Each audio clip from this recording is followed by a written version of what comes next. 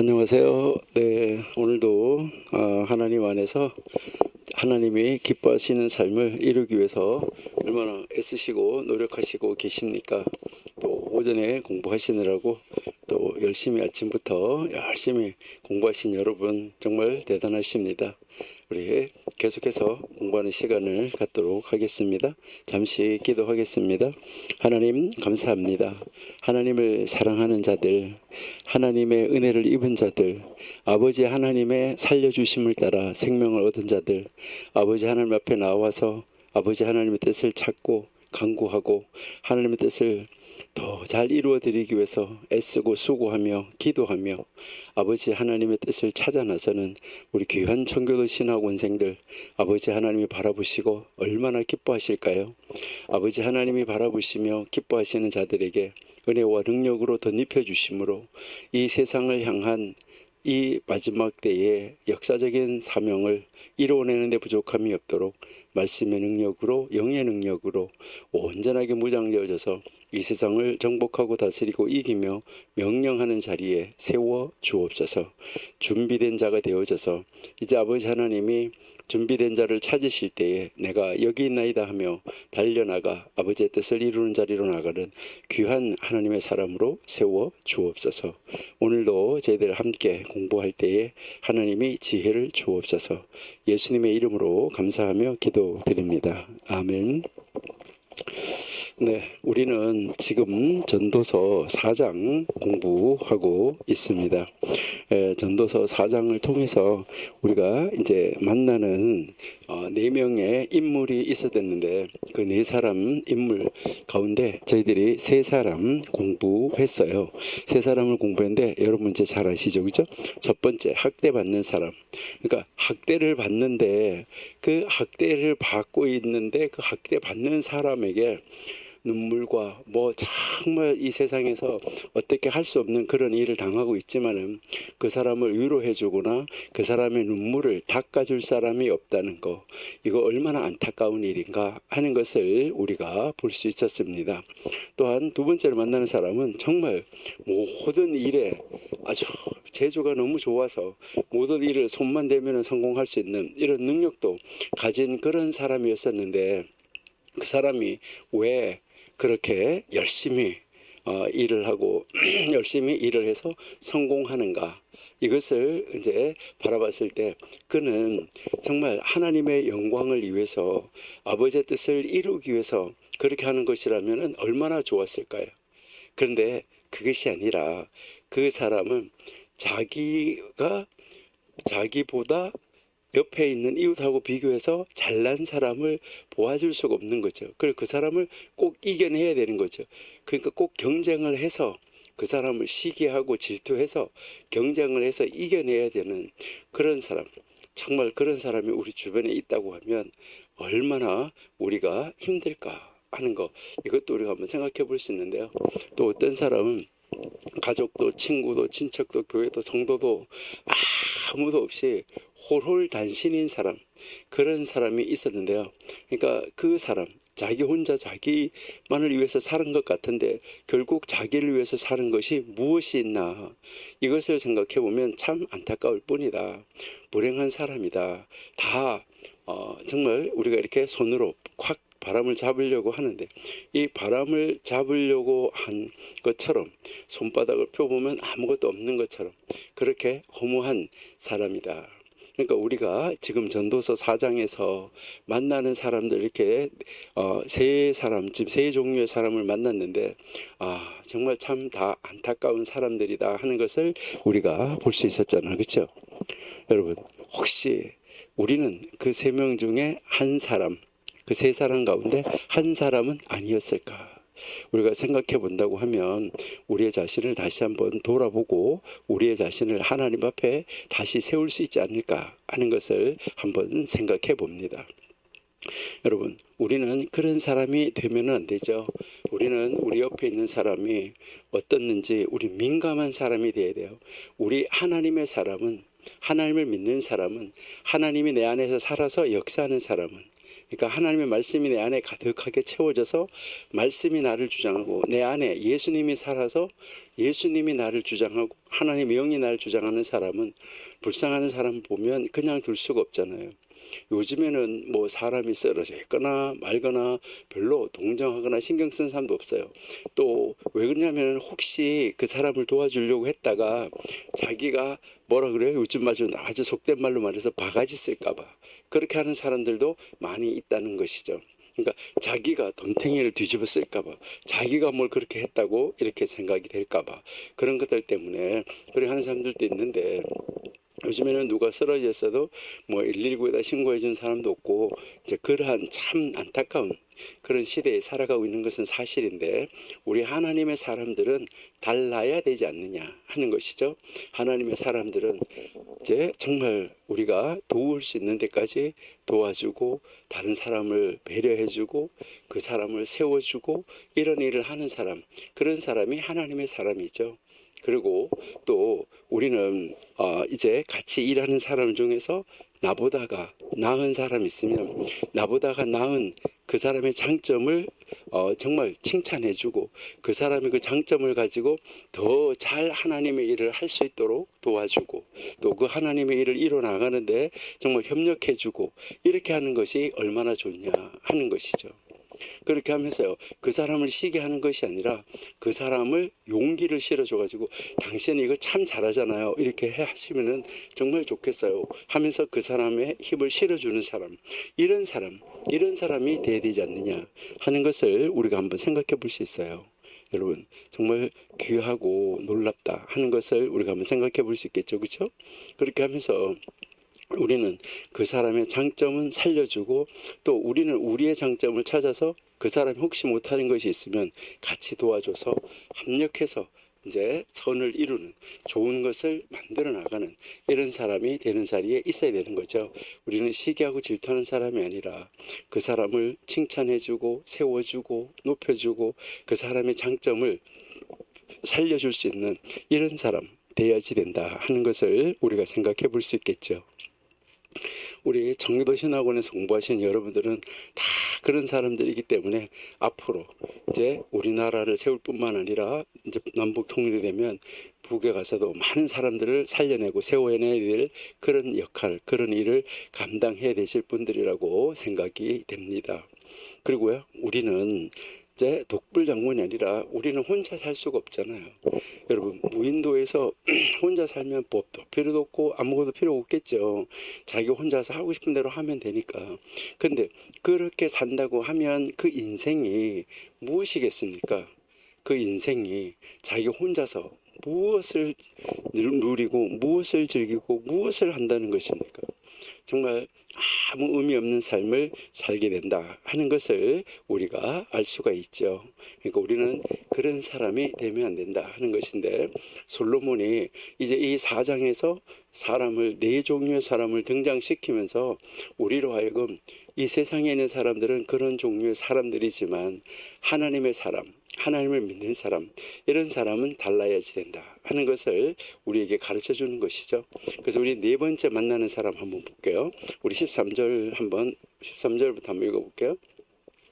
4장 13절 가난하여도 지혜로운 소녀는 늙고 둔하여 간함을 받을 줄 모르는 왕보다 나으니 14절 저는 그 나라에서 나면서 가난한 자로서 옥에서 나와서 왕이 되었습니다. 15절 내가 본즉 해 아래서 다니는 인생들이 왕의 버금으로 대신하여 일어난 소년과 함께 있음에 16절 저희 치리를 받는 백성들이 무수하였을지라도 후에 오는 자들은 저를 기뻐하지 아니하리니 이것도 헛되어 바람을 잡으려는 것이로다.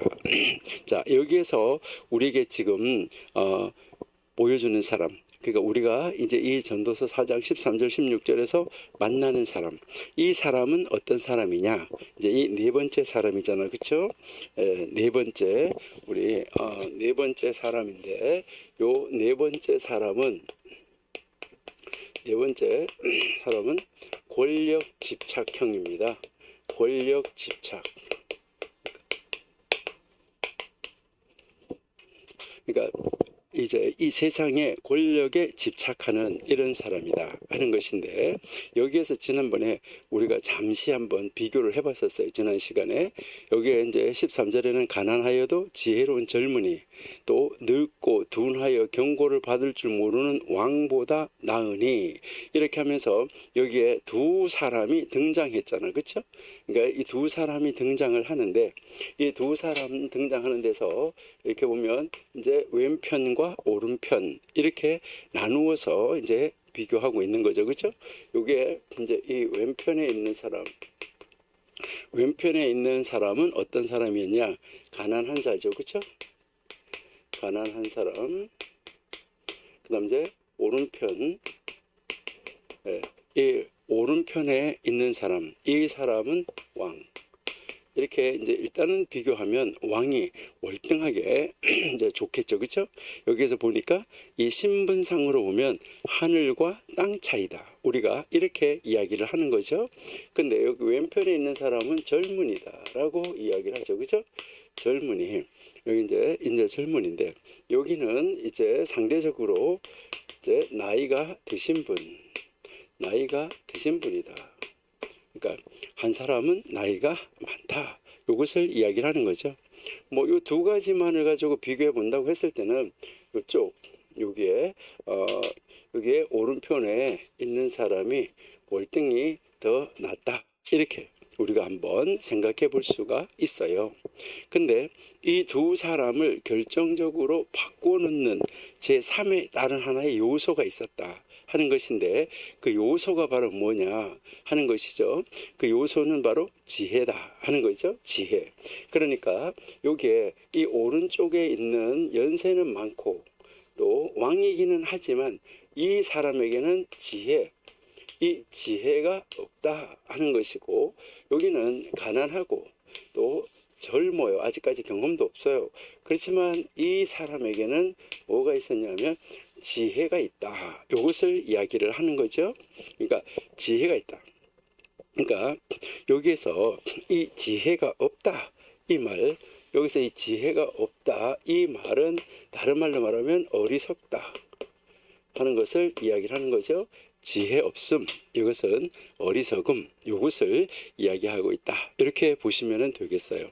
그러니까 여기에서 지금 이 솔로몬은 이 세상에서 인간이 얻을 수 있는 그 어떤 것보다도 무엇을 지금 설명하려고 하냐면 지혜의 우수성, 그러니까 이 지혜가 얼마나 탁월한 것인가, 지혜가 얼마나 중요한 것인가, 이것을 이야기하려고 하는 거죠.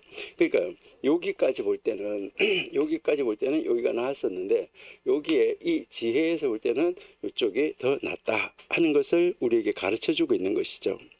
그러니까 이제 이 가난하지만 지혜로운 청년이지만, 그러니까 이 사람이 모든 면에서 이 전체를 다 합쳤을 때, 이 전체를 다 합쳤을 때는 누가 더 낫냐? 전체를 다 합쳐서 종합적으로 평가할 때는 왼편에 있는 사람이 더 낫다. 이것을 이야기를 하고 있는 것입니다. 왜 그럴까요? 지혜가 부족하면 왕은 자신의 왕자를 다른 사람으로부터 지켜내지 못한다는 거예요. 근데 이 지혜로운 청년은 자기 자신의 그 지혜의 능력으로 왕을 대신해서 통치할 수 있게 된다는 거예요. 왕을 대신해서 통치할 수 있게 된다.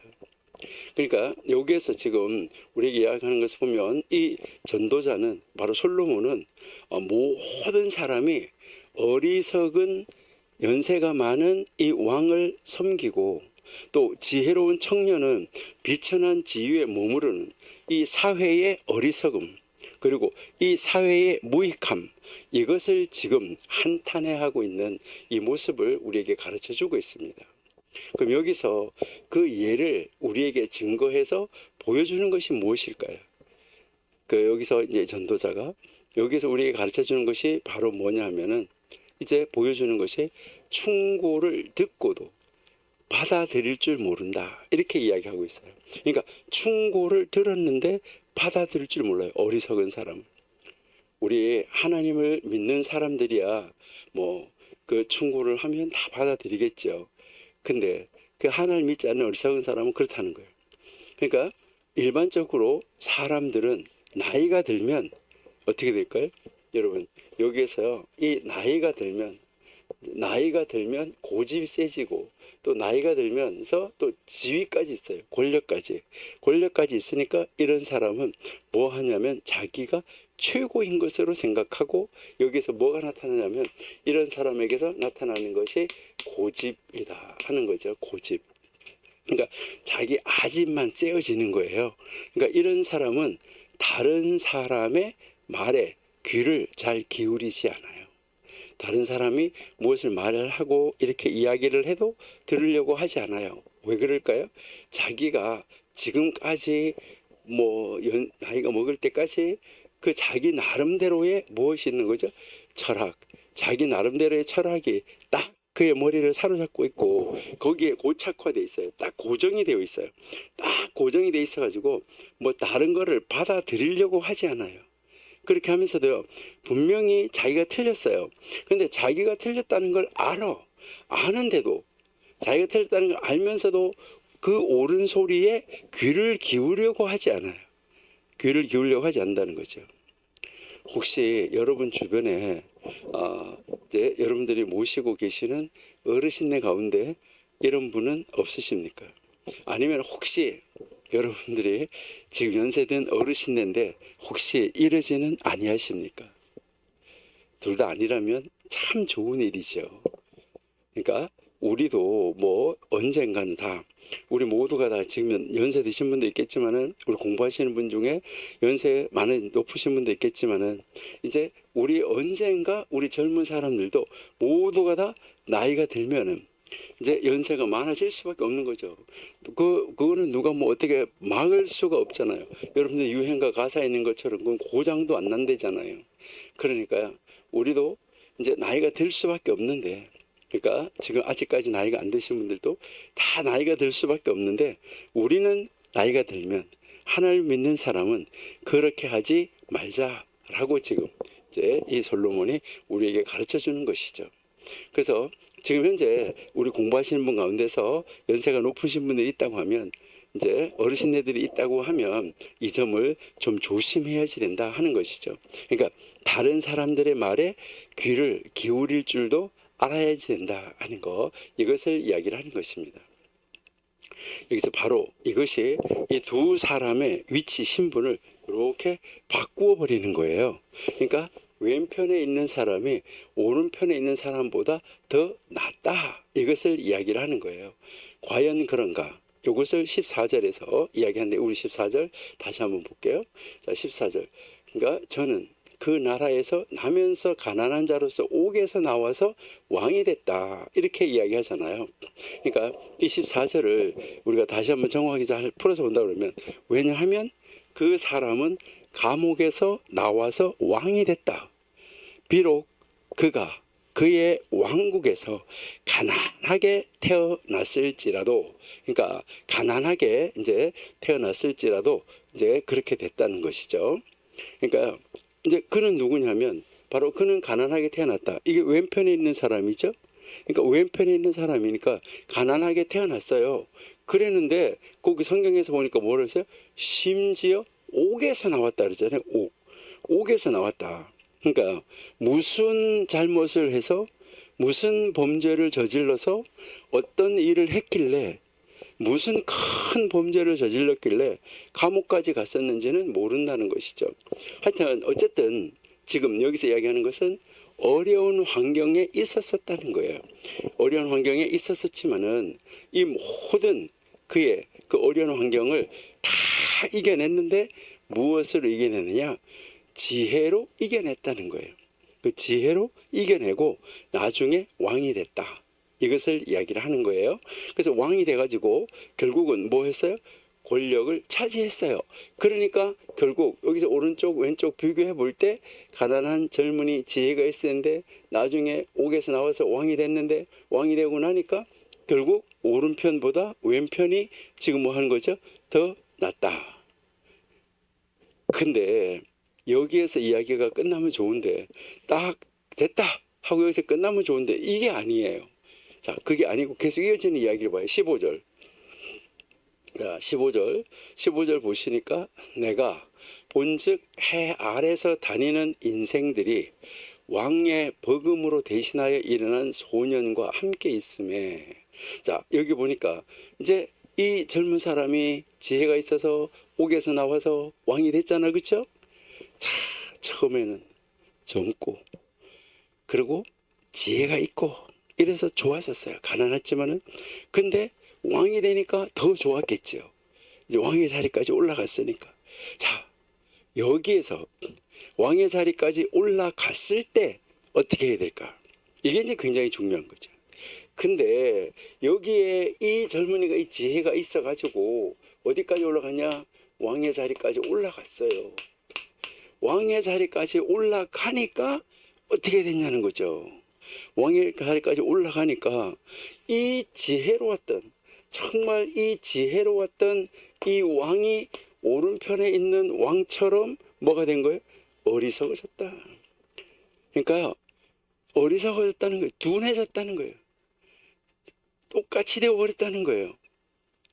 자, 얼마나 안타까운가 하는 거, 이것을 우리에게 보여주는 것이죠. 자, 그래서 15절 한번 봐요.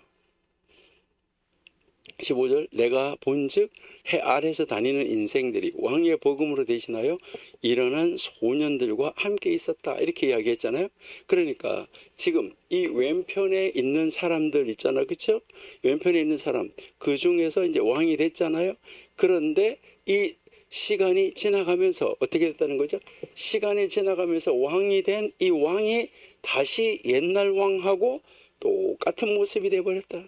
그러니까 앞에 그 선왕하고 똑같이 되어버렸다는 것이죠. 여기서 우리가 한번 생각할 수 있는 것은 우리 인생에 있어서 이 권력이라는 거 있잖아요. 이 권력이라는 것이 굉장히 일시적이고 덧없는 거예요. 그렇지만은 정말 그 모든 것을 차지하려고 하는데, 여기에서 우리가 보면 그 사람을 쫓아다니고 막 따라 사람들이 따르고 했었는데 나중에 또 어리석어지니까 또 그 사람을 떠나고 또 제3의 인물이 또 나타난다는 것이죠. 그러니까 결국 인기와 명성도 어떻다는 거예요? 다 그렇다. 그러니까 권력이나 인기나 명성이나 다 그렇다는 것이죠. 그러니까 그렇게 해서 이 사람이 이제 젊은 사람이 왕이 되고 왕으로 딱 돼서 지혜로운 왕으로 백성들을 잘 다스려서 하나님께로 데려가면은 얼마나 좋았을까 하는 거, 이것을 우리가 한번 생각해 볼 수 있다는 것이죠. 그런데 그것으로 끝나는 것이 아니고 권력은 영원하지 않으니까 우리가 읽었던 13, 14, 15절에서 가난한 사람이 와서 여기서 왕이 됐다고 이야기했는데, 이 왕은 이제 유대인들 같은 경우에는 이 가난한 사람이 나서 왕이 됐는데 이 사람을 누구로 이렇게 주로 또 해석을 하냐면, 옥에서 나와서 왕이 된 사람, 여러분이 잘 아시는 사람 있잖아요, 그렇죠? 창세기에서 보디발의 종으로 있다가 그 보디발의 와이프 때문에 감옥에 가서 감옥에서 있다가 나와서 왕의 버금가는 자리에 앉았잖아요, 그렇죠? 우리 전도서 지금 여기 14장 15절에서 왕의 버금, 이 버금이라는 말은 뭐 다음 자리가 아니고 비슷한 자리, 사실은 의자 하나, 요셉도 의자 하나만 바로가 앉아 있었지 나머지는 다 누가 가지고 있었어요? 요셉이 가지고 있었잖아요. 그래서 이제 유대인들 같은 경우에는 가난해도 이 지혜로운 소년을 바로 누구라고 이야기하냐면은 요셉이다, 이렇게 이야기를 해요. 그래서 요셉은 노예로 팔려갔지만은 젊었고 지혜로운 사람이었었다. 보디발의 집안에서 그 사역을 했잖아요.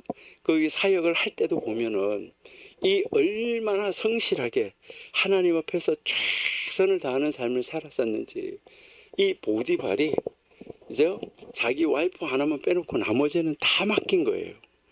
그러니까 다 맡겼다는 거죠. 여기서 이제 보디발은 늙고 둔한 사람이었던 거죠. 그래서 주변의 사람들의 지혜로 충고하는 것을 들을 줄도 몰랐던 사람이에요.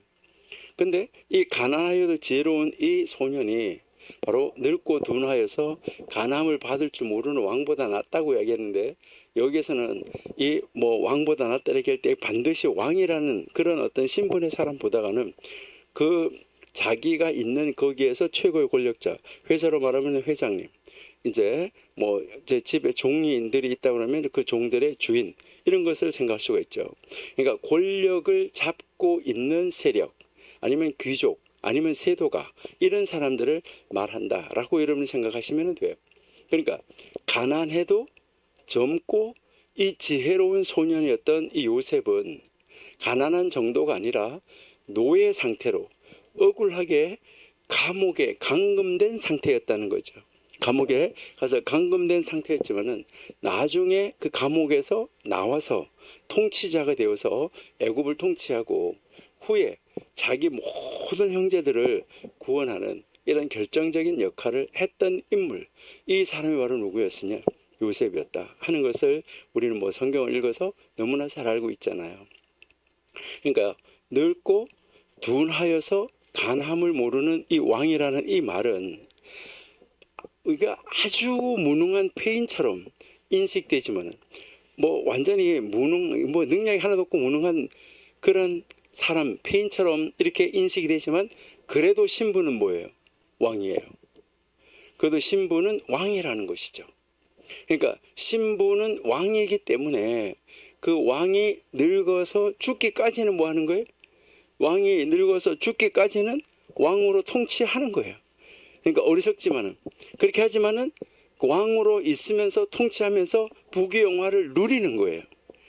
그리고 주변에 많은 부하들이 진을 치고 그 왕을, 어리석지만 왕이 보호하고 있어요. 그래서 늙기까지 죽기까지 편안하게 잘 사는 사람, 이런 사람을 설명한다라고 우리가 볼 수 있어요. 그런데 이 전도서에서 솔로몬이 말하는 것은 사회성이 있어서 주변에 친구와 동지가 많이 있는 것은 좋아요. 그러니까 또 그를 위해서 뭐 경호해주고 도와주고 음식을 만들어주고 그를 섬겨주고 이런 사람이 있는 것은 좋지만, 그것이 결론적으로 갔을 때, 결과적으로 갔을 때는 하나님의 사랑을 받는 젊고 지혜로운 젊은이만은 못하다. 그 이유는 왕은 이미 늙었지만 젊은 사람은 나중에 감옥에서 풀려 나와서 통치자가 될 수 있기 때문이다. 이것을 이야기를 하는 것이죠. 그런데 우리가 여기 읽었던 것처럼 15절에서 나오는 것처럼 대를 이어가는 것은 불가능해요. 그 다음 대를 이어서 또 왕이, 또 누가 앞에 왕이 자기는 누리다가 죽지만, 자기는 섬김을 받다가 죽지만, 그러나 그 아들이 대를 이어서 왕이 되는 것은 불가능하다는 거예요. 이 말은 왕이 영원토록 왕노릇 할 수 있는 것은 아니다, 이것을 이야기하는 거예요. 어느 날 이제 이 죽음 앞에서 할 수 없이, 그러니까 포기하는 수밖에 없게 된다는 거예요. 모든 것을. 그리고 어쩔 수 없이 포기하는 거예요. 그리고 이제 후계자가 나타나서 그 왕위의 자리를 차지할 거예요. 그러니까 아무리 자기가 평생 동안 노력을 해서 좋은 정치를 하고 추종자들을 많이 만들었다고 하더라도 다음 세대에 나타난 이 젊은 사람들이 계속해서 자기를 좋아하지 않을 거라는 거예요. 이 말 무슨 말일까요? 다시 말하면은 인기를 유지하는 것이 불가능하다 하는 거예요. 그러니까 여기에서 이야기하는 것은, 그래, 역시 모든 것은 다 헛되신 것이구나, 이렇게 이야기를 하는 것이죠. 여러분이 한국 속담에 이런 말이 있어요. 부자도 3대 가는 부자는 없다. 그러니까 할아버지 때 부자, 아들, 손자, 이렇게 3대 가는 부자는 없다, 이런 말을 하더라고요. 그러니까 재산이나 명예나 권세가 대를 잇는 것은 참 어렵더라 하는 것을 우리가 볼 수 있어요.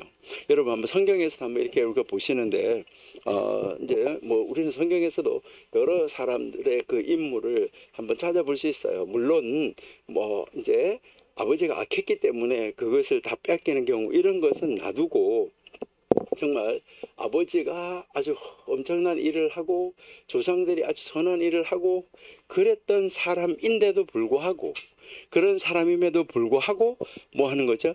대를 이어가지 못했던 이런 사람들이 있죠. 그러니까 뭐 잘 못했기 때문에 대를 못 이어가는 거, 이런 것은 뭐 우리가 인정할 수 있어요. 자, 여러분 이제 사무엘 시대에 있었던 엘리 제사장 한번 보세요. 엘리 제사장 보면 이제 이 엘리가 마지막 사사였었는데, 바로 이 엘리의 두 아들 홈니와 비느하스는 어떤 사람이었나요? 우리 한번 볼까요? 사무엘상 2장 12절. 사무엘상 2장 12절.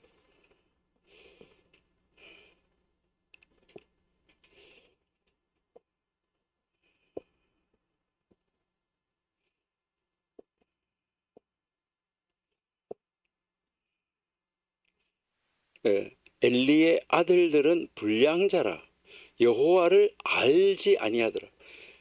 아니 여러분, 이제 뭐 요즘에도 그럴 수도 있겠죠. 목사님의 아들이 불량자일 수 있고, 목사님의 아들이 이제 뭐 할 수 있는 것이죠? 하나님을 알지 아니하더라. 교회 안 다니는 사람이 있을 수도 있겠지요. 근데 얼마나 사실 그렇다고 하면 그게 안타까운 일입니까? 불량자들이 인데 이 사람을 엘리의 후계자로 세울 수 있느냐 하는 것이죠. 그래서 엘리의 후계자로 그 아들을 세울 수가 없었어요. 세울 수가 없으니까 하나님이 한 사람을 세워줬는데, 그 사람이 바로 누구예요? 사무엘이. 그렇죠? 우리가 잘 아는 사무엘. 그러니까 하나님께서 이제 이 사무엘을 탄생시키잖아요. 이제 그 사무엘 엄마가 기도하도록 만들어서, 환경을 기도하도록 만들어서 기도해서 아주 귀한 아들이 태어나서 하나님 앞에 약속한 대로 하나님 앞에 드리잖아요. 그래서 하나님은 사무엘을 이제 탄생시켜서부터 시작해서 새로운 지도자로 사무엘을 세웠다는 거죠. 그러니까 엘리의 이 대가 여기서 끊어진 것이잖아요. 사실 제사장, 그러니까 사무엘이 대를 이어간 것이잖아요. 그러니까 또 이 사무엘이 그러면은 엘리의 대를 이어서 엘리 밑에서 일을 하고, 엘리 밑에서 공부하고, 엘리 밑에서 배우면서 이 사무엘은 엘리의 아들들이 하는 것을 잘 봤을까요? 못 봤을까요? 잘 봤겠지요. 그러는데 이제 그렇게 하니까 결국은 이 불량자인 엘리의 아들을 다 제껴놓고 하나님께서는 사무엘을 불러서 지도자로 세웠잖아요. 그러면 이제 이 엘리가 자기의 아들들, 이 자녀들을 교육하는 것을 잘못 교육을 해서 이 엘리의 그 제사장이 아들들에게로 넘어가지 않고 자기에게로 넘어오는 것, 사무엘은 똑바로 봤다는 것이죠. 이것을 그 자리에 현장에 있었으니까 이것을 체험을 했잖아요. 그랬으면은 여러분 같으면 어떻게 했겠어요? 그러면 여러분 같으면, 여러분이 사무엘이었다면 어떻게 했을까요? 자녀 교육을, 여러분이 이제 이 사무엘이었다고 하면 여러분들은 아마 자녀 교육을 특별하게 잘 시켰을 거예요. 내 아들은 엘리의 아들들처럼 만들지 말아야지 되겠다. 이렇게 해서 아마 아주 신경 써서 자녀를 기를 때 아주 잘 키우려고 노력하지 않았을까요? 물론 사무엘이 그렇게 하지 않았다 이 말은 아니에요. 사무엘도 그렇게 했겠지요. 근데 이 사무엘이 늙은 후에 그의 아들들을 이스라엘 사사를 삼았어요. 이 사무엘의 이 자녀들을 이제 그 이스라엘의 사사로 이제 사사로 이제 삼았다는 것이죠. 그때 이 사무엘의 아들의 이름이 하나는 요엘이고, 그렇죠? 하나는 아비야였었잖아요. 근데 우리가 이제 이 사무엘상 8장 3절 이하를 읽어보면 여기서 또 놀라운 사건을 우리가 볼 수 있는데, 잠깐 한번 몇 절 한번 읽어볼게요. 사무엘상 8장 3절.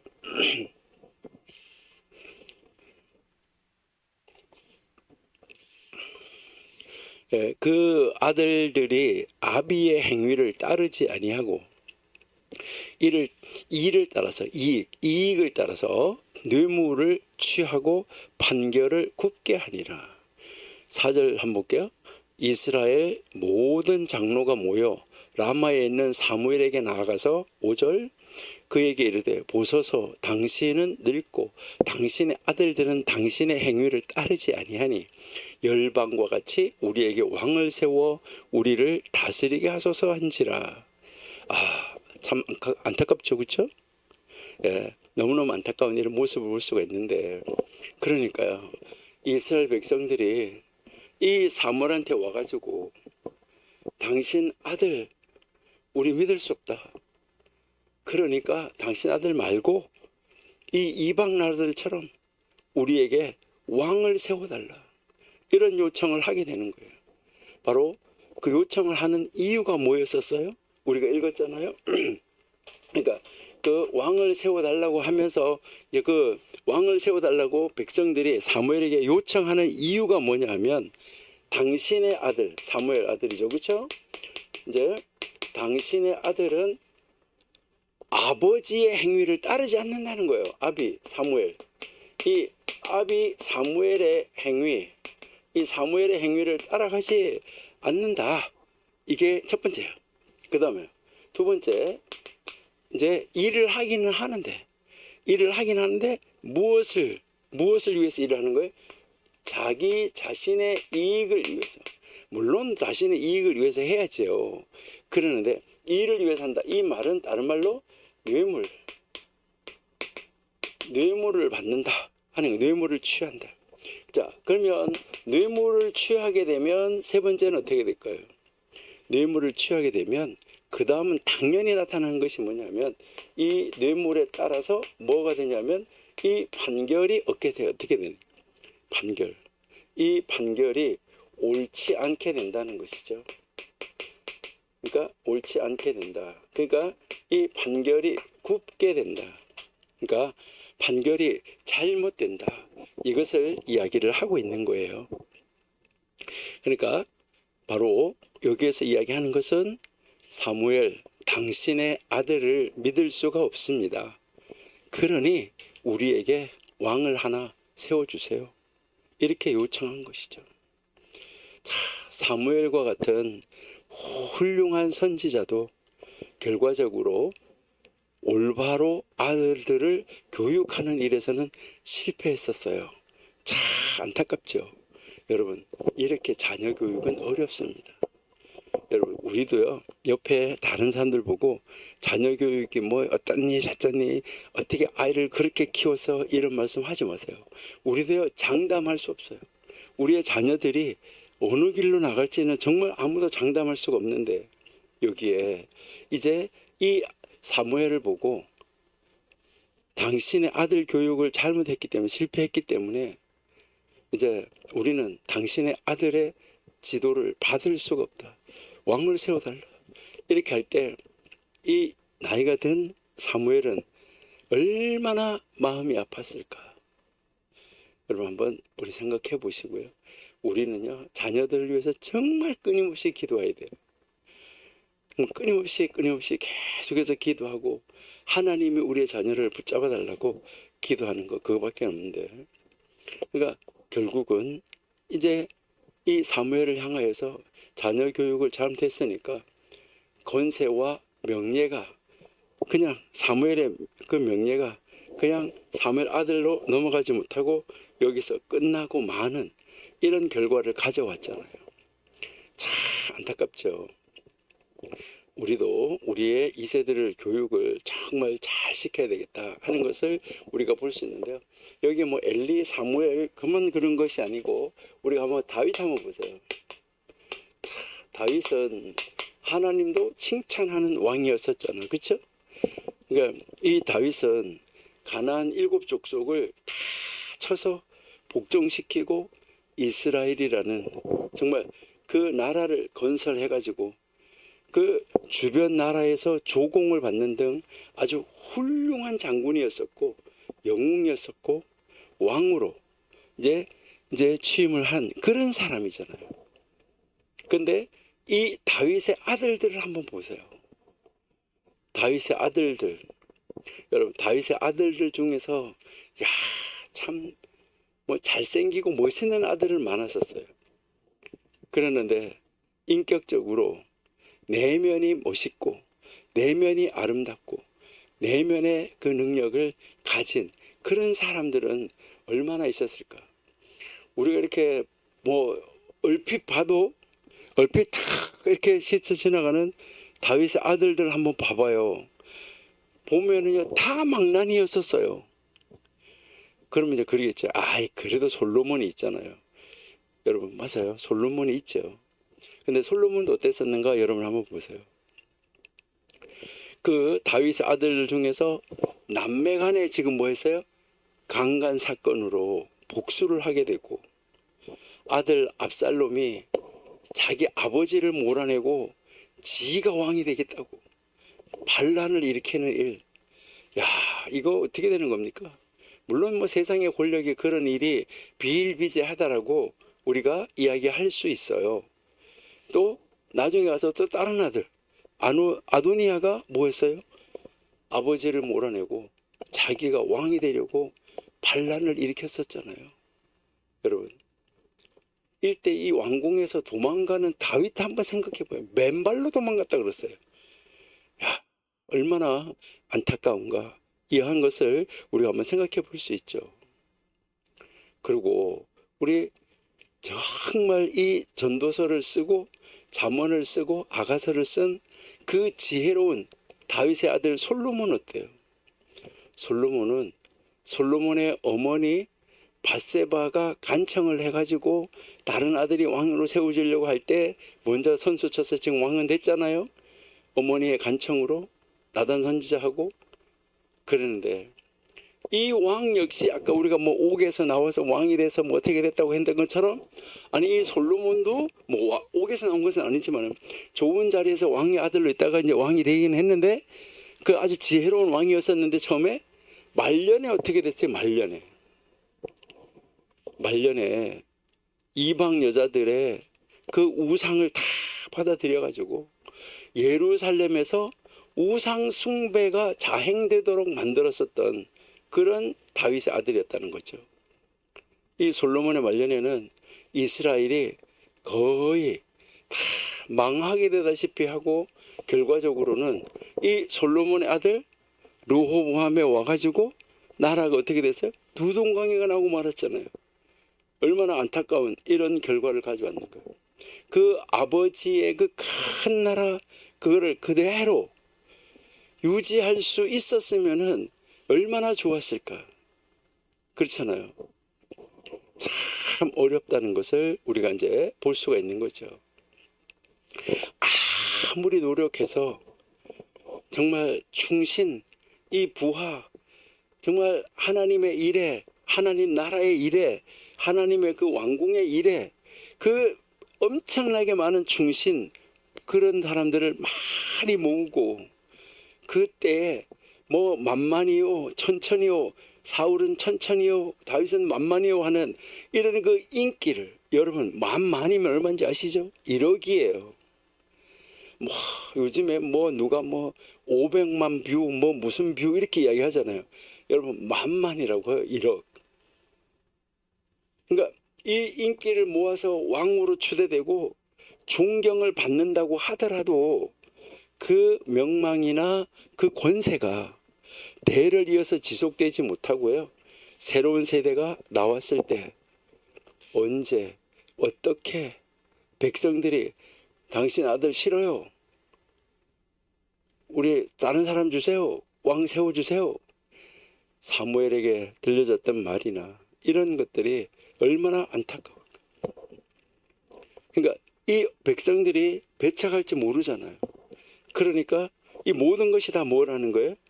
이것도 역시 헛되어 가지고 바람을 잡으려는 것에 불과하다 하는 거. 이것을 지금 우리에게 가르쳐 주는 것이죠. 여러분, 이것은 반드시 왕과 백성만의 문제는 아니에요. 우리 왕과 백성 사이에서만 문제가 아니라 친구와 친구 사이에서도 그래요. 이 친구와 친구 사이에서도요. 여러분 요즘에 우리 정치하는 친구들을 보면은 뭐 이렇게 정치하시는 분들, 그런 분들 한번 잘 봐봐요. 그런 분들 사이에서는 친구들 사이에서도 이 친분 관계가 항상 지속되는 게 아니에요. 언제 배신해서 언제 입을 열어서 뭐 언제 어떻게 될지 모르는 완전히 살얼음 판을 걸어가고 있는 이런 세상이에요. 그러니까 이 친분 관계가, 친구들 사이에서도 이 친분 관계가 계속해서 지속되는 것이 아니라는 것이죠. 배신당할 수 있다는 거잖아요. 사소한 일로 인해서 아주 조그만 자기에게 유익이 없고 자기에게 손해가 조금만 온다고 하면 어떻게 되는 거예요? 그 옛날에 이 친분 관계가 뭐로 변하는 거예요? 원수로 변하는 일이 얼마든지 있다는 것이죠. 너무너무나 안타까운 것이 사실 이 세상이에요. 그래서 지금 이 솔로몬이 말하는 것은요, 역시 하나님을 떠나 인간의 그 수준에서 인간관계를 맺고 여러 사람을 모아서 사회를, 공동체를 만들고 또 이 동지를 만들어서 뭐 공동체 만들어서 이것을 규합해서 우리는 무슨 단체다 하고, 아니면은 국가라는 것을 만들어서 권력과 부귀를 누린다고 하더라도 이것이 다 지금 뭐라는 거예요? 바람을 잡으려는 것과 같아. 그거와 별다른 차이가 없다. 뭐 비슷하다. 이것을 이야기를 하는 것이죠. 그러니까 지금 무엇을 말하는 거예요? 우리에게 진짜 찾아야 되는 것이 무엇인가? 우리가 진정으로 찾아야 되는 것, 우리가 진실로 우리의 몸을 바쳐서 헌신해서 우리가 찾아 나가야 될 것이 무엇인가? 이것을 이야기하는데, 그래서 무엇을 말하냐면 솔로몬은 오직, 우리는 이제 오직 하나님, 오직 하나님 안에서, 오직 하나님 안에서만이 참된 인생의 의미가 있다. 이것을 솔로몬이 가르치려고 지금 하고 있는 거예요. 그러니까 인간의 모든 관계, 그러니까 인간과 인간과의 이 모든 관계의 의미도 하나님 안에서 발견할 수 있다는 거예요. 하나님 안에서 맺어진 관계가 아니면 그 관계는 의미가 없다는 거예요. 이것을 지금 솔로몬이 우리에게 지금 가르쳐 주고 있습니다. 그렇기 때문에 하나님을 믿는 신앙을 가지고 이웃과 원만한 관계를 우리가 형성하고, 특별히 우리는 우리를 대속하기 위해서, 여러분, 그냥 단순한 구원자가 아니라 나를 대신해서 죽기 위해서, 나를 대신하기 위해서 오신 독생자 예수 그리스도의 그 예수님의 피로 거듭난 형제들, 혈육의 형제들보다도 이 피로 거듭난 형제들이 신앙 공동체를 딱 만들어서 함께 살아가는 것, 이것이 최고의 공동체고, 이것이 이 지상에서 하나님 나라를 경험할 수 있는 그런 장소다. 그것이 바로 교회여야 되는데, 요즘에는 교회 안에도 어떻습니까? 참 안타까운 이러한 이 모습을 우리가 볼 수가 있어요. 예, 우리 4장 마지막 절 16절 한번 보실까요?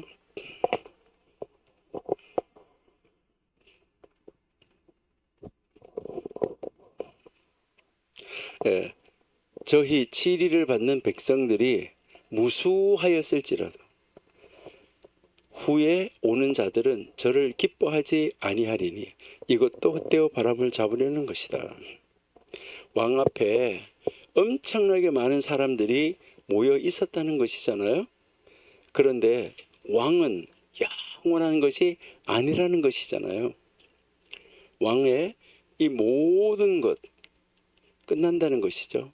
그러니까 왕은 모든 것의 끝을 볼 수 있어야지 돼요.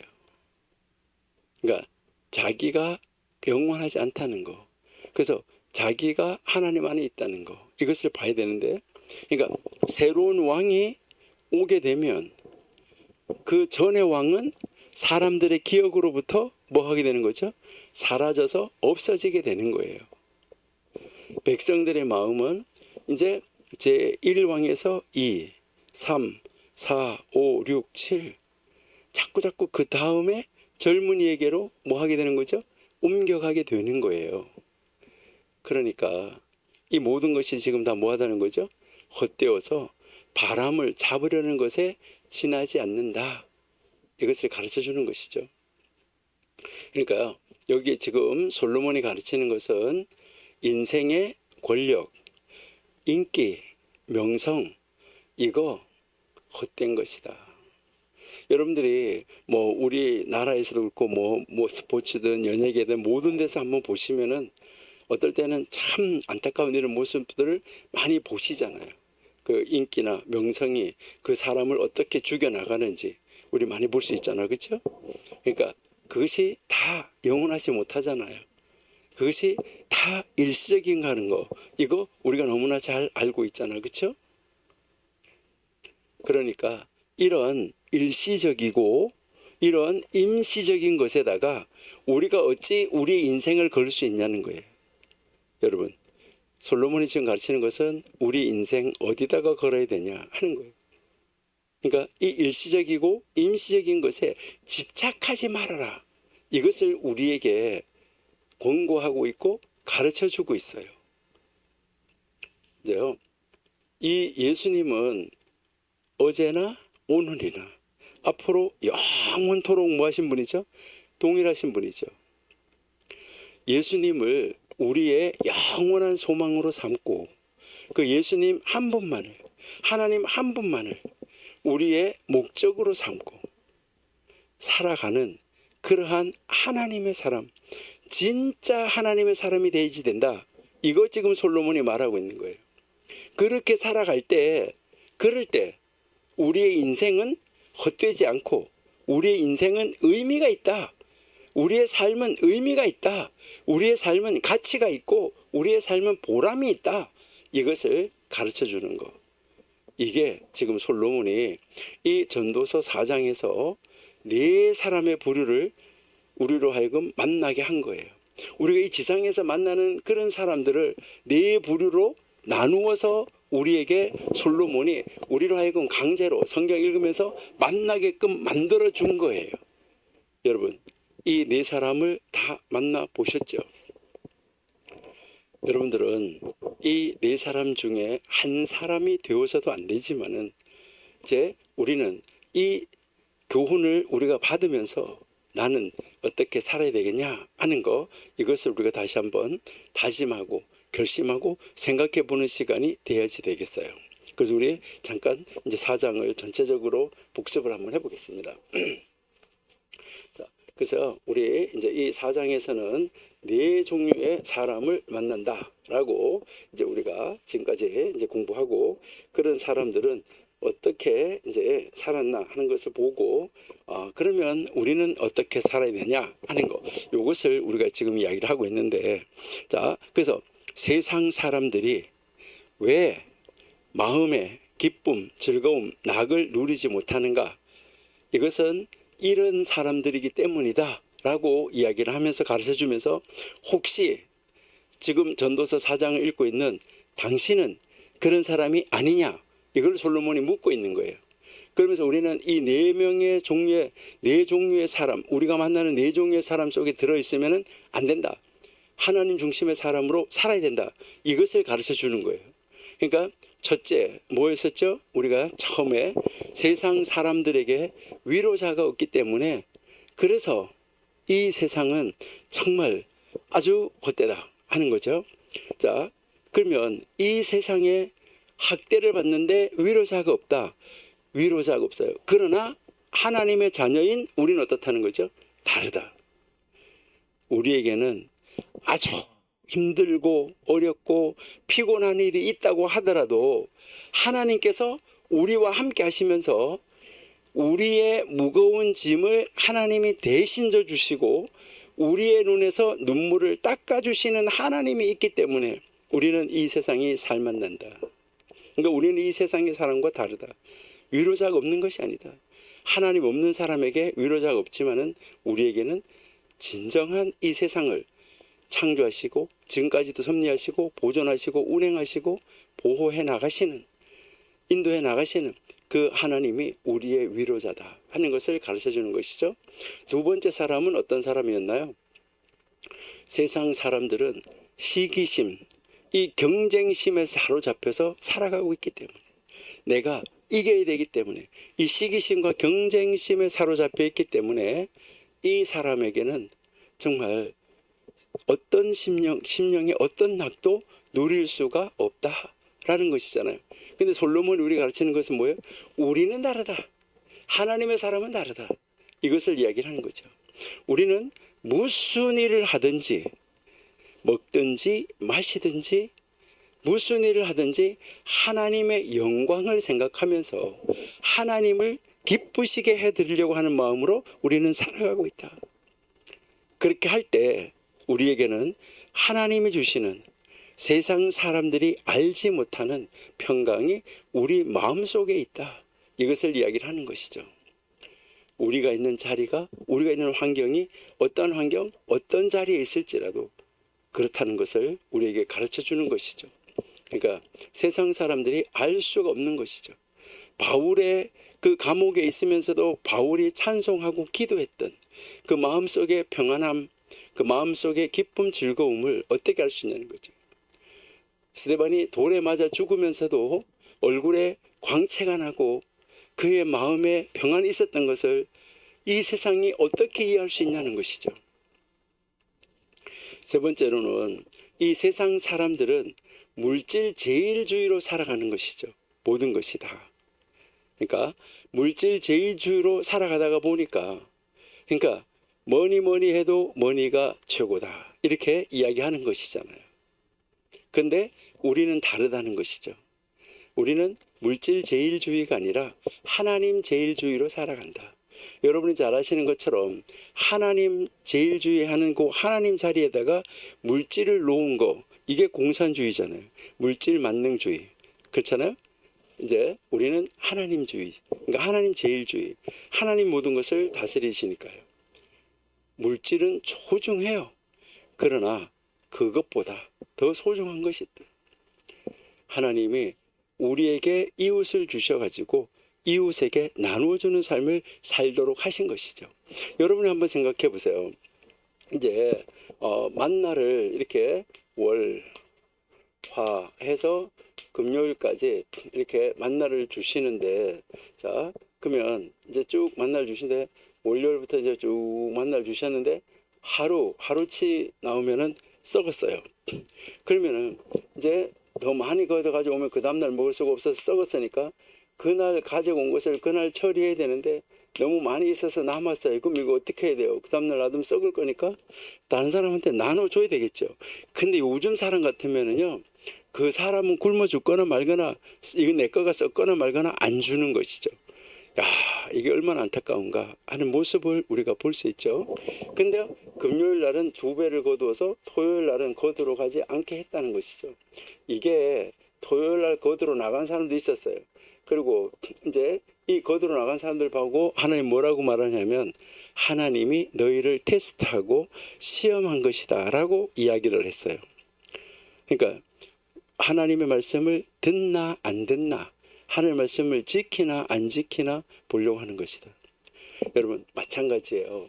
지금은 냉장고가 있어가지고 뭐 아주 뭐 다 이렇게 보관할 수가 있고 이렇지만은, 여러분 냉장고가 없는 옛날에는 1년 농사를 지었잖아요. 1년 동안 이 농사를 지은 것을 창고에다가 넣어 놓잖아요. 창고에다 넣어놔서 1년이 지나면은요, 2년째 가서는요 못 먹어요. 그럼 1년에 창고 안에서 그냥 뭐 하는 거죠? 썩어서 없어져야지 돼요. 그러니까 이것을 가지고 뭐 해야 되는 거죠? 나누어 주면은 됐어요. 근데 요즘에는 뭐가 생긴 거죠? 은행이라는 것이 생겼어요. 돈. 그러니까 물건을 보관하는 것이 아니라 그거를 팔아서, 이제 이것을 팔아가지고 돈을 만들어서 은행에다 보관하면서부터 이 돈이라는 것이 사람들을 사로잡아서 꼼짝 못하게 만드는 이런 시대가 되었었다. 근데 돈도 마찬가지예요. 평생 돈을 모아놓고 나는 뭐 이제 은행에다 돈을 넣으면서 이 동그라미만 세는 거지. 하나, 둘, 셋, 넷, 다섯, 여섯, 일곱. 동그라미가 몇 개다. 이 동그라미 세는 재미로 살다가 그냥 아무것도 누리지도 못하고 누림이 없이 죽는 거, 이것도 참 헛되다 하는 것이죠. 그러니까 내가 가지고 있는 것을 가지고 함께 나누는 삶을 살아가지 못하도록 만들어 버렸다는 거죠. 구조 자체가요. 그러니까 참 안타까운 것을 우리가 알 수 있다는 것인데요. 여러분, 내가 물질이 많다, 이것은 물질이 적은 사람하고 함께 나누어야 되는 거죠. 그래서 함께 기뻐하고 함께 즐거워하고 함께 살아가는 것, 이것이 하나님 나라의 공동체다 하는 것을 우리에게 가르쳐 주는 것이죠. 그래서 물질이 중요하지만 이웃이 중요하다. 그래서 우리는 이웃을 사랑하면서 하나님께서 우리에게 주신 새 계명이 있잖아요. 새 계명이 뭐죠? 내가 너희를 사랑한 것처럼 너희도 서로 사랑하라. 이 말씀을 우리가 생각하면서 늘 하나님의 말씀을 지키기 위해, 하나님의 말씀대로 살도록 애쓰기 위해 정말 노력하면서 살아갈 때에, 그 하나님의 말씀이 이루는 삶을 살 때에 거기에 참 만족과 참 기쁨이 넘쳐난다. 이것을 우리에게 나누어주고 있다 하는 것이죠. 네 번째로 우리에게 가르치는 것은 뭐죠? 세상 사람들은 덧없는 거, 그러니까 일시적인 거, 잠시적인 거, 여기에 집착해서 살아가는 거예요. 그러니까 그 일시적인 것에 탁 매달려 가지고 그것을 딱 성취하면 뭐가 될 줄 알았는데 그게 아니잖아요. 거기에 집착하면서 살아가는 거예요. 그러다 보니까 권력에 집착하고 인기에 집착하고 명예에 집착하고 이렇게 해서 살아가게 되는 것이죠. 근데 우리는 다르다. 우리 하나님의 사람들은 달라요.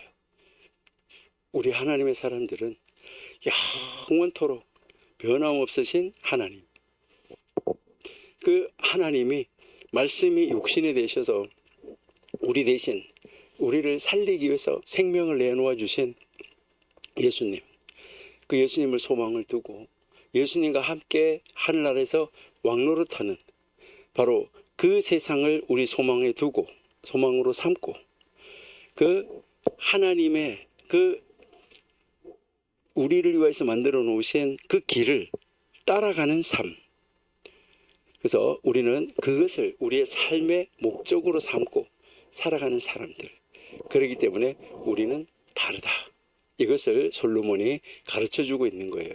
그러니까 우리는 혹시 이 사장에서 말하는 네 사람, 그 사장에서 우리가 만난 그 인물 네 사람 중에 한 사람이다 라고 하면 우리는 빨리 하나님 앞에 회개하고 벗어나서 하나님의 사람으로 우리 돌아서야지 돼요. 그렇게 해야 우리 마음속에 참 평안과 참 기쁨, 참 즐거움이 우리의 삶을 지배하고 우리의 삶을 차지하게 됩니다. 그런 사람, 자, 정말 우리 서로에게 은혜를 주고 위로의 말을 주고 함께 격려해주고 함께 위로해주고. 우리나라 얼마나 좋은 나라였었어요. 동방예의지국이라고 그랬잖아요. 그러니까 콩 하나를 가지고도 나누어 먹는다. 그래서 우리나라 식탁은 원래 둥근 식탁이었었어요. 둥근 식탁. 여러분들, 이 둥근 식탁이라는 거는 참 좋은 식탁이에요. 여러분 이렇게 보면 이 사각 식탁은요, 사람이 이제 이렇게 뭐 앉아 있으면은 끼어 들어가기가 참 힘들어요. 여기에 딱 자리가 있기 때문에. 그런데 이 둥근 식탁은요, 조금씩 이렇게 하면요, 얼마든지 끼어 들어갈 수가 있어서 여러 사람이 앉을 수 있어요. 그렇게 하면서 뭐라고 그래요?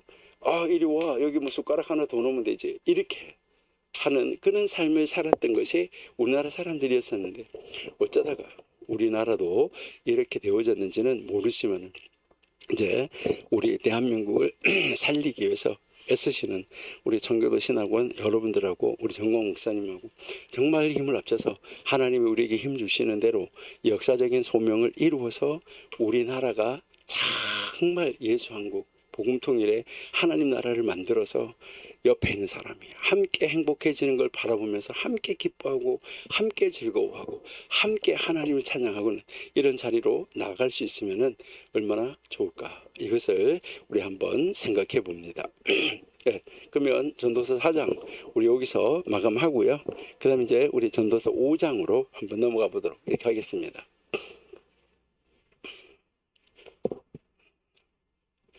여러분들이 아마 졸업시험 치시는 분들은 졸업시험은 전도서 4장까지 시험 문제가 나갔습니다. 근데 뭐 4장에서 시험 문제 한 문제 나갔으니까요. 뭐 아마 어렵지는 않았겠죠. 그렇죠?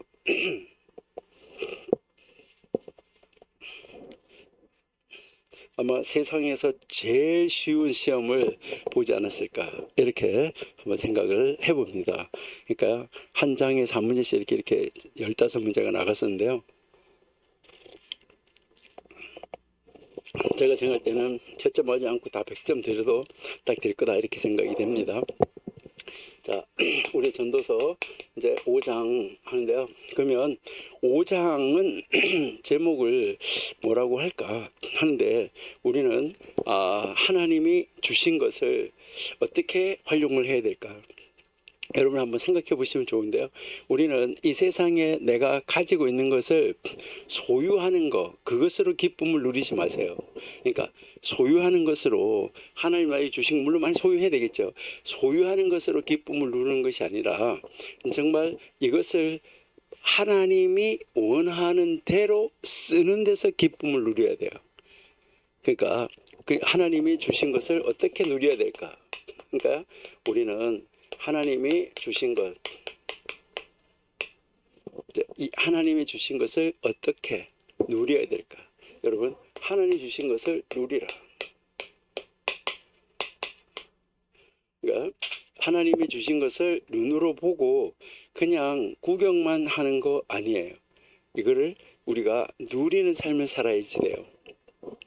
우리 지금 전도서에서 계속해서 이야기하는 것은 이렇게 나눠놓고 이야기를 하는데, 여기를 우리가 해라고 이야기한다 그러면 여기에 해 위, 해 아래, 이 삶, 이것을 지금 우리가 계속 이야기를 하고 있는데요.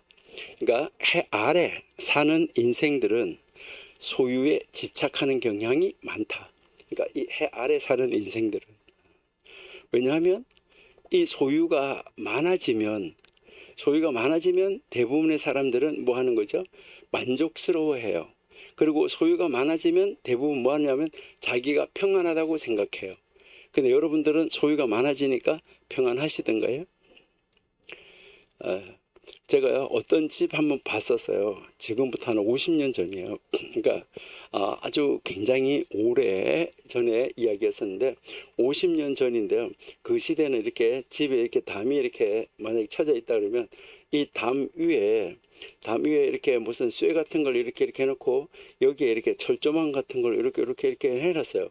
도둑이 이렇게 들어오지 못하게.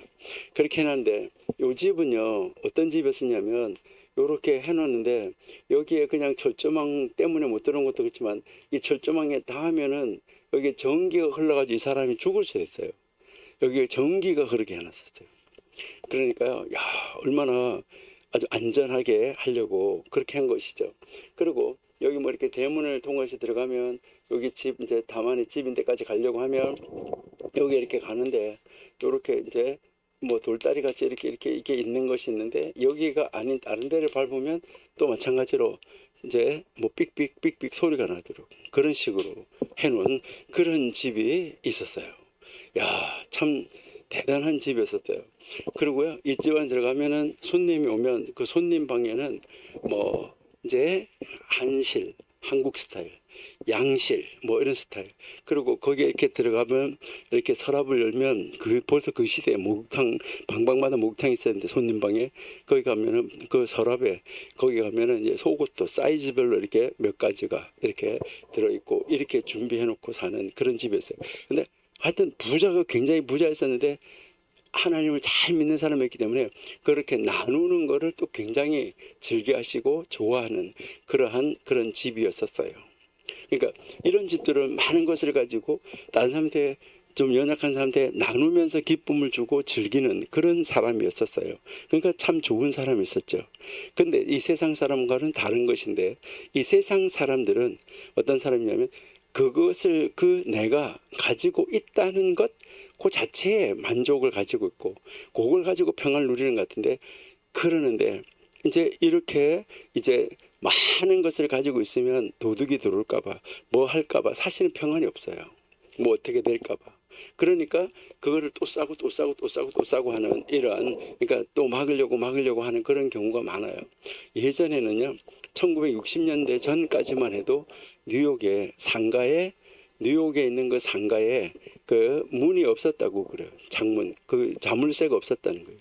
그런데 어느샌가 이제 그 1960년대 이후부터 자물쇠가 생기고, 그 다음에 덧문에 또 자물쇠가 생기고, 철문 철다를 내리고, 이라는 것이 자꾸 생겨났다는 것이죠.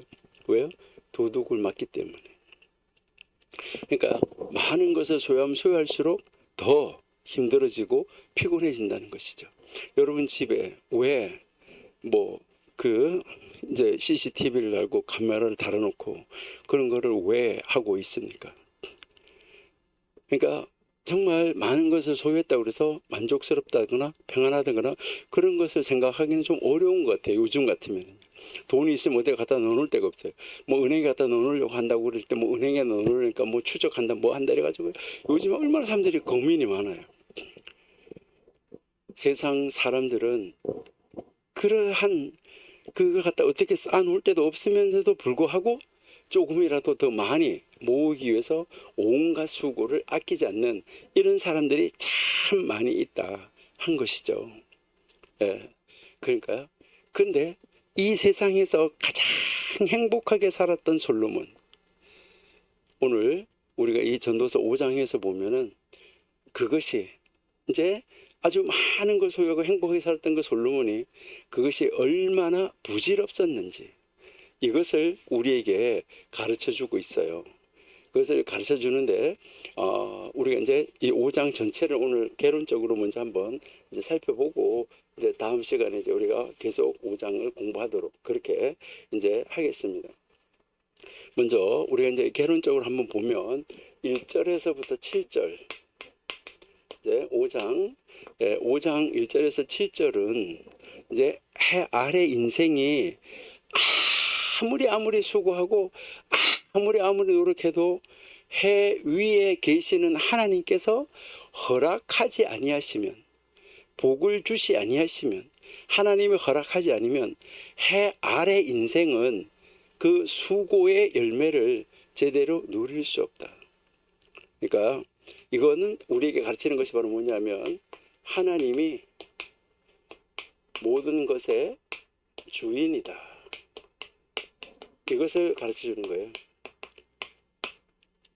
그러니까 하나님이 주지 않으면 여러분들 한번 생각해 봐요. 내가 수고해가지고 어느 정도까지는 얻을 수 있어요. 그러는데 내가 정말 노력해서 많은 것을 얻을 수 있고 부자가 될 수 있다고 하면 이 세상에 부자 안 된 사람 한 명도 없을 거예요. 다 노력해가지고 다 부자가 될 수 있기 때문에.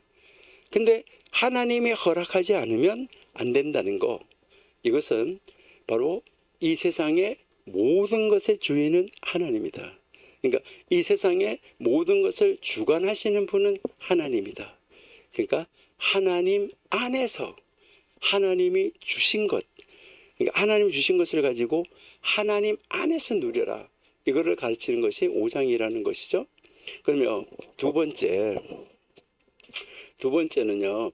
이게 이제 이 8절 9절인데 이 8절 9절에서는 해 아래 인생이 아무리 수고해도 이제 이게 하나님의 것이라고 그러는데 그 열매를 누리지 못하는 이 하나님이 주신 그러니까 이 열매를 누릴 수가 없는, 누리지 못하는 다른 이유가 또 있다. 또 다른 하나의 이유가 있다. 이것을 우리에게 가르쳐 줘요. 그게 바로 뭐냐면 세상 사람들은 부가 있으면 만족을 누릴 수가 있고 그 부가 이제 아주 속된 말로 말해서 돈이 모든 문제를 다 해결할 수가 있고 돈이 마음의 평안을 줄 수 있고 돈이 안전을 보장할 수 있다. 이렇게 믿고 있어요. 그러니까 사람들은 그렇게 생각해요. 그렇기 때문에 이 세상에 있는 사람들이 뭐 하는 거죠? 돈을 모으려고 애를 쓰고 수고하고 노력하는 거예요. 그걸 그렇게 하려고 하는 것이죠. 그러니까 돈이면 만사 오케이. 그러니까 돈 만능. 그래서 이걸 보고 우리가 뭐라 그러죠? 물질 만능. 이렇게 이야기를 하는 것이죠. 물질이면 다 된다. 그런데 여기서 우리가 가르치는 것은 성경은 그 모든 것이, 사람들이 생각하는 그 모든 것이 다 잘못된 생각이다. 이것을 가르쳐 주면서 여기서 이 또 다른 하나의 이유를 뭐라고 들고 있냐면 사회 구조 때문에, 이제 이 사회 구조가 그것을 누리지 못하도록 그렇게 만들어 놨다. 이것은 이제 우리가 계속해서 이제 오늘은 그냥 개요로 이렇게 한번 보고 계속 우리가 먼저 개요를 본 다음에 찾아가면서 공부해 보도록 하겠습니다. 그 다음 이제 10절에서 17절인데요. 10절에서 이제 이 17절은 그러면 사람들은 그런 거를 모를까? 알겠죠. 우리도 다 알아요. 하나님 믿는 사람도 다 알아요. 근데 하나님 믿는 사람이라고 그래서 소유에 집착하지 않나요? 하나님 믿는 사람이라고 해서 소유에 집착하지 않냐? 다 집착해요. 그러면은 왜 사람들은 그 소유에 그렇게 집착하는가? 왜 사람들은 소유에 집착할까? 여러분 한번 생각해 보셨나요? 왜 이렇게 집착을 할까 하는 거, 이게 우리에게 있어서 참 숙제다 하는 것을 우리가 이제 볼 수 있어요. 이것은 부에 대한 잘못된 믿음 때문이에요. 그러니까 사회 구조가 그렇게 만들어 놨는데 이 부에 대한 이 잘못된 믿음을 가지고 있기 때문에 그것이 이제 이 세상 사람들을 완전히 이상한 길로 다른 생각을 하도록, 그러니까 잘못된 집착을 가질 수 있도록 이렇게 만들어 놨다는 것이죠. 이것을 이제 솔로몬이 아주 구체적으로 하나 예를 들어가면서 가르쳐 주고 있어요. 이게 이제 10절에서부터 17절까지의 이야기예요. 그래서 10절에서 이제 17절까지 이야기고요. 그 다음 이제 18절에서 20절. 이제 이 18절에서 이제 이 20절 여기에서는 결론이에요. 이제 여기에 이 모든 것에 대한 이 결론을 이렇게 내려주는 것을 볼 수 있어요. 그러니까 소유에 집착하지 말고 무엇을 먹든지 무엇을 마시든지 무엇을 하든지 간에 다 하나님의 은혜인 줄 알고 이것을 누려라. 이게 결론이에요. 바로 이것이 선한 일이고 이것이 아름다운 일이다. 이렇게 말씀하는 것입니다. 또 하나님께서 우리에게 나누어 주신 것, 이 주신 복, 본복, 이것이 무엇인가? 이것을 우리에게 가르쳐 주는 것이죠. 그래서 하나님 주신 그 복을 받아 누리는 것, 이것이 아주 좋다. 이렇게 여러분들이 이제 생각하시면은 좋겠습니다. 자, 그러면 우리 5장 1절 한번 읽어보시도록 하겠습니다. 5장 1절인데요. 너는 하나님의 전에 들어갈 때에 내 발을 삼갈지어다. 가까이 하여 말씀을 듣는 것이 우매자의 제사 드리는 것보다 나으니 저희는 악을 행하면서도 깨닫지 못함이라. 여기에 우리 한글 성경으로는 이게 5장 1절인데 여러분들이 혹시 히브리어 성경으로 성경을 보고 있는 분들, 그러니까 한글 성경 없이 히브리어로 성경을 보고 있는 분들은 이게 4장 17절입니다. 히브리어 성경으로는 4장 17절이에요. 그래서 이제 히브리어 성경에는 4장이 17절까지 있고 5장이 이제 한 절이 더 적습니다. 우리 한글 성경보다가. 그러니까 내용은 똑같아요. 그러니까 이 4장 17절인데 한글 성경으로는 5장 1절이다. 이렇게 여러분이 보시면 되겠어요. 자, 이제 1절에 뭐를 이야기했냐면 너는 하나님의 집에, 하나님의 전, 이 전이 하나님의 전 집이잖아요. 하나님의 집에 들어갈 때에 내 발을 삼가라 라고 이야기하고 있습니다. 이 세상에 살아가고 있는 모든 사람들 중에 가장 현명한 사람 어떤 사람일까? 여러분, 가장 현명한 사람은 어떤 사람일까? 지난번에 우리가 한번 공부했었는데 가장 현명한 사람은 무엇으로부터든지 배우려고 하는 사람이다 라고 이야기를 했어요. 그러니까 무엇으로부터 배운다는 말은 그 무엇이라는 말이 무슨 말이냐면 그 무엇이라는 말 속에는 사람, 사건, 환경, 사물, 물건 이 모든 것을 이야기하는 거예요. 그러니까 가장 현명한 사람은 누구냐? 모든 것으로부터 배우려는 사람이다. 자기가 만나는 모든 사람으로부터 배우려고 하는 사람. 그리고 자기가 만나는 모든 사건, 어떤 크고 작은 사건, 모든 사건, 어떤 사건이든지 그 모든 사건이 있으면 그 사건으로부터 이 사건을 통해서 하나님 나에게 가르치려고 하는 것이 무엇일까? 이거를 배우려고 하는 사람. 그러니까 이 배우려고 하는 사람, 그런 사람, 그러니까 모든 사람으로부터 배우려는 사람, 그러니까 모든 사건으로부터 배우려는 사람, 그리고요 나에게 주어진 모든 환경으로부터 배우려고 하는 사람. 그러니까 그 환경을 억울해하고 탓하고 이런 것이 아니라 하나님이 나에게 이것을 이렇게 주신, 이런 환경을 주신 이유가 무엇일까? 이것을 통해서 배운다는 것이죠. 그리고요 모든 사물들, 어떤 사물이든지 식물이든지 나무든지 아니면은 어떤 동물이든지 뭐든지 다 이제 그런 거. 그다음에 내가 만나는 모든 물건들로부터 이런 것들로부터 배우려고 하는 준비가 되어져 있는 사람. 그러니까 항상 배우려고 준비가 되어져 있는 사람이 가장 현명한 사람이다. 이렇게 이야기를 합니다. 그러니까 항상 그렇게 하는 사람이 현명한 사람이다 라고 이야기를 하는데, 그러니까 어떤 사람을 만나든 키 큰 사람, 키 작은 사람, 부자, 가난한 사람, 어린아이, 아니면 병든 사람, 아니면은 이제 도둑하는 사람, 어떤 직업을 가진 사람이든지, 그러니까 하여튼 모든 무엇이든 무엇인가로부터든 간에 배우려고 하는 사람, 이 사람이 현명한 사람이다 이렇게 이야기를 했는데, 오늘 이 솔로몬은 이제 이 전도서 5장을 통해서 우리에게 가르치려고 하는 것은 무엇을 말하냐면, 가장 현명한 사람은 어떤 사람이냐?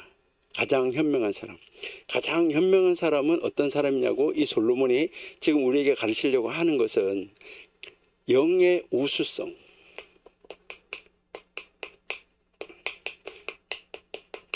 그러니까 그리고 올바른 인간의 행동의 길인데,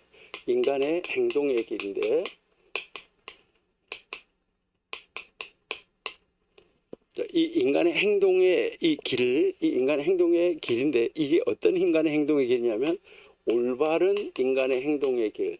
이 올바른 인간의 행동의 길을 찬양할 수 있는 사람, 그러니까 영의 우수성을 지닌 사람, 그리고 인간의 행동의 길, 올바른 행동의 길을 찬양할 수 있는 사람, 이 사람이 현명한 사람이다. 자, 그래서 그럼 여기서 올바른 길, 이것은 하나님 앞에서의 길,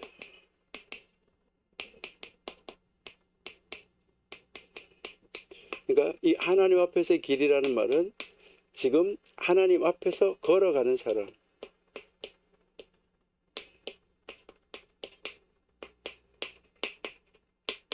이 세상에서 여러분들이 보면 많은 사람들이 좋아하는 말, 기뻐하는 말, 이런 말을 하려고 하는데, 그런 말이 아니라 하나님 앞에서 걸어가는 사람은 세상 사람들이 좋아하는 것을 말하려고 하는 것이 아니라 하나님이 기뻐하시는 거, 하나님이 좋아하시는 거, 이라는 것을 말하는 거예요.